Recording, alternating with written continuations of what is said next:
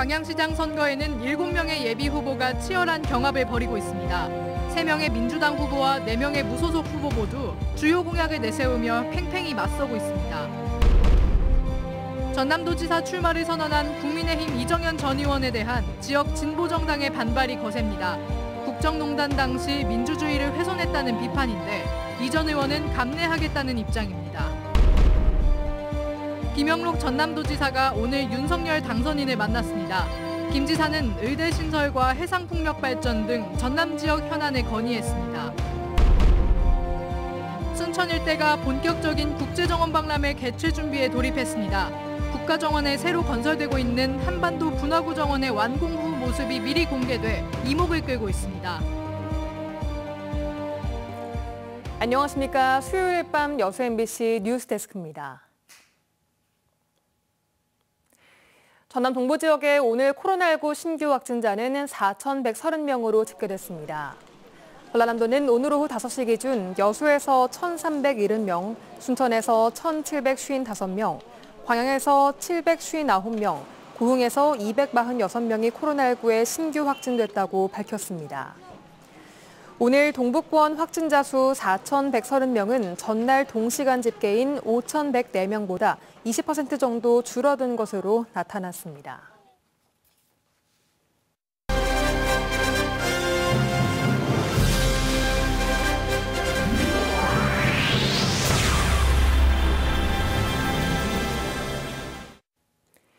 현직 시장 불출마로 무주공산이 된 광양시장 선거는 현재 7명의 후보가 출사표를 던졌습니다. 민주당 경선 후보 3명이 치열한 경합을 벌이고 있는 가운데 무소속으로 출마한 후보들의 경쟁도 만만치 않습니다. 김주희 기자가 보도합니다.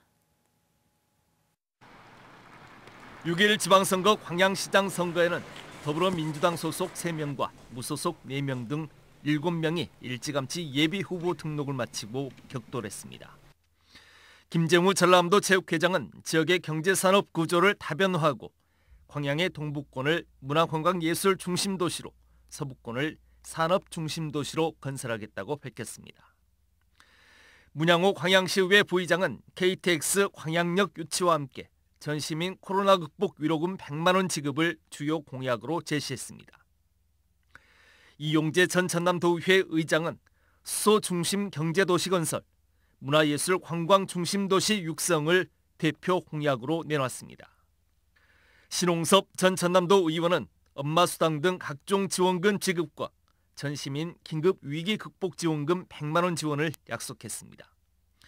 전직 광양시 공무원인 무소속 문선용 예비후보는 태인동 자연마을의 주민 전체 이주와 함께 고압 송전선로 지중화 공약을 제시했습니다. 정윤화 전 국회의원은 생애 주기별 맞춤 복지 플랫폼 구축과 함께 청년 중심의 디지털 광양 추진을 주요 공약으로 내놨습니다. 서장원 전 광양보건대 총장은 광양보건대의 정상화와 함께 제철주택단지의 단계적 이전 추진 구상을 밝혔습니다. 현재까지 7명이 출사표를 던진 광양시장 선거.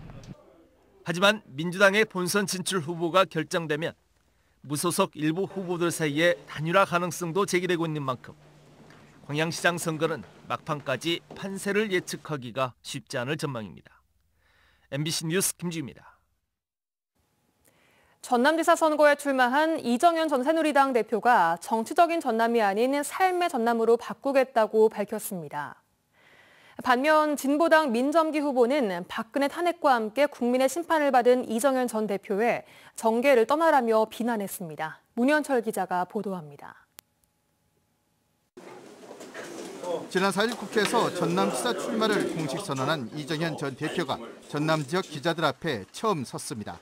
지난 27년은 민주당에 쏠린 한쪽만의 시간이었다며 4년을 다시 맡긴다고 해서 나아질 희망이 보이지 않는다고 말했습니다.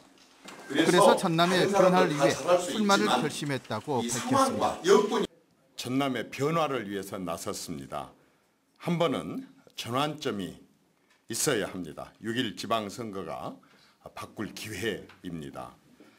지금까지와는 다른 방식으로 전남의 미래 30년을 준비하겠습니다. 당선되면 1인당 도민 평균 소득을 4만 달러로 높이고 전남의 논점을 정치에서 삶의 문제로 옮겨놓겠다고 약속했습니다. 이 전 대표는 또 동부권과 서부권을 융합시켜 전남을 4차 산업의 수도로 만들겠다는 포부도 밝혔습니다.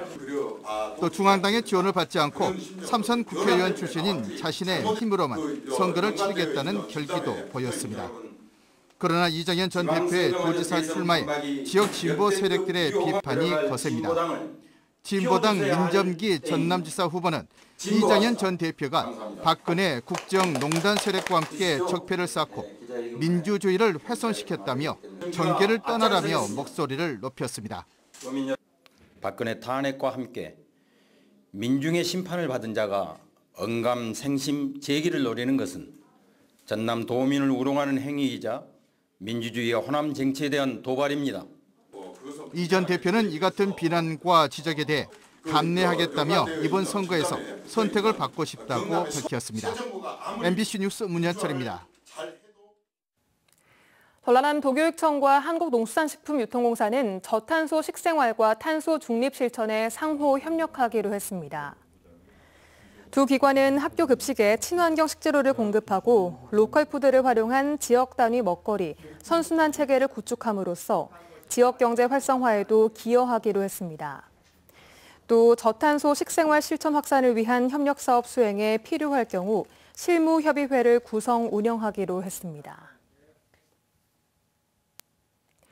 김영록 전남도지사가 윤석열 당선인을 만나 전남 지역 현안을 국정과제로 채택해 줄 것을 요청했습니다. 오늘 대통령직 인수위원회를 방문한 김 지사는 윤 당선인에게 의과대학 증원 방식 대신 전남에 새로운 국립의대를 설립해 줄 것과 해상풍력 산업 육성의 필요성을 건의했습니다. 이에 윤석열 당선인은 전남의 현안들을 앞으로 잘 검토해 보겠다는 입장을 밝힌 것으로 전해졌습니다. 2023 순천만 국제정원박람회를 앞두고 본격적인 박람회 준비에 돌입한 순천 일대가 정원으로 변해가고 있습니다. 순천만 국가정원에서는 순천의 새로운 상징이 될 한반도 분화구 정원이 건설되고 있고 도심 골목들도 푸른 정원으로 탈바꿈하고 있습니다. 강서영 기자입니다. 백두산 천지와 한라산 백록담을 형상화한 두 언덕. 순천만 국가정원에 올해 말 새로 완공될 한반도 분화구 정원의 조감 영상입니다.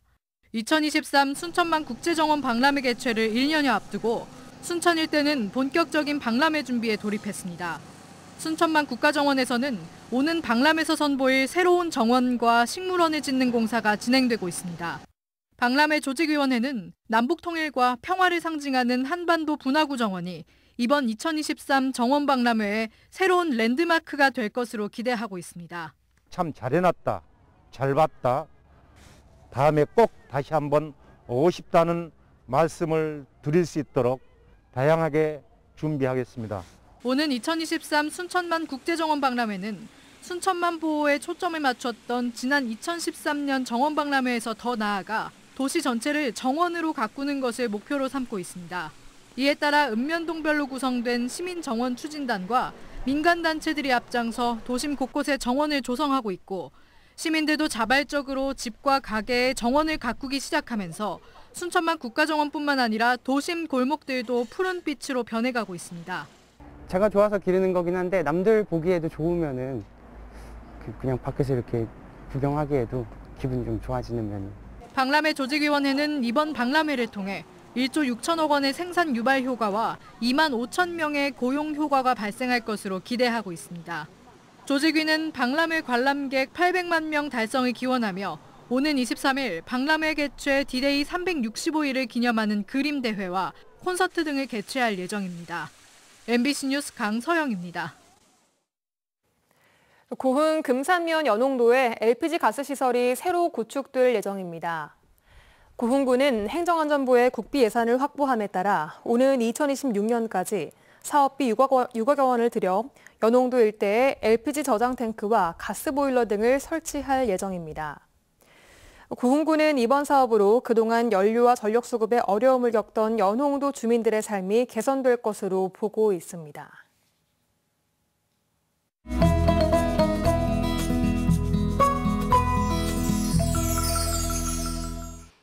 여수 MBC AI 내일의 날씨입니다. 절기상 한식인 오늘 전남 동부권은 완연한 봄 기운을 느낄 수 있었는데요. 대체로 맑은 날씨를 보였습니다. 내일 전남 동부 지역은 오전에 비가 내리다가 오후부터 맑은 날씨를 보이겠습니다.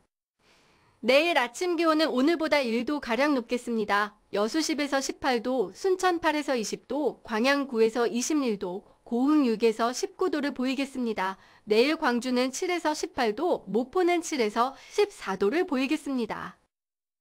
내일 남해서부 해상은 대체로 구름이 많은 가운데 비가 내리겠습니다. 파도는 남해서부 앞바다에서 0.5m, 먼바다에서 0.5에서 1m로 일겠습니다.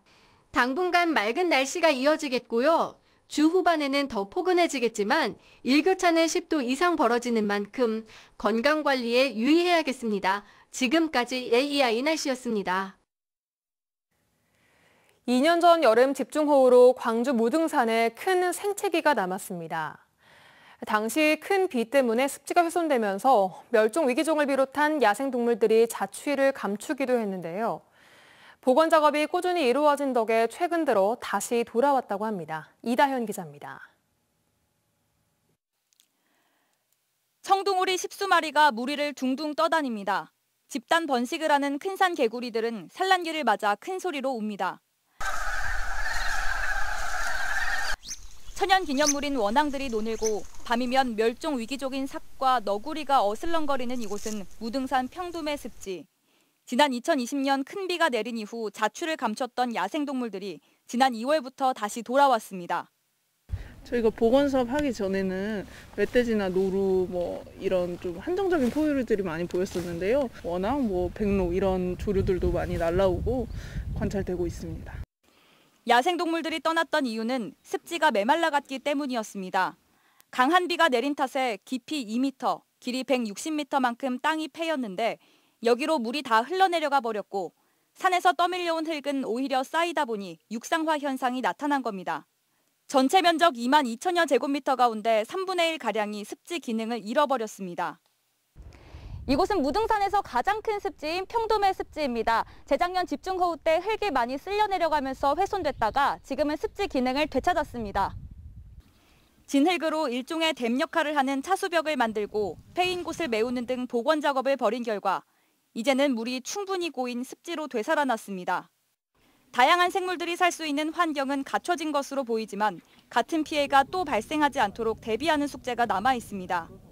무등산 국립공원 사무소는 습지 일대를 꾸준히 모니터링하고 특별 보호구역으로 지정해 관리할 계획입니다.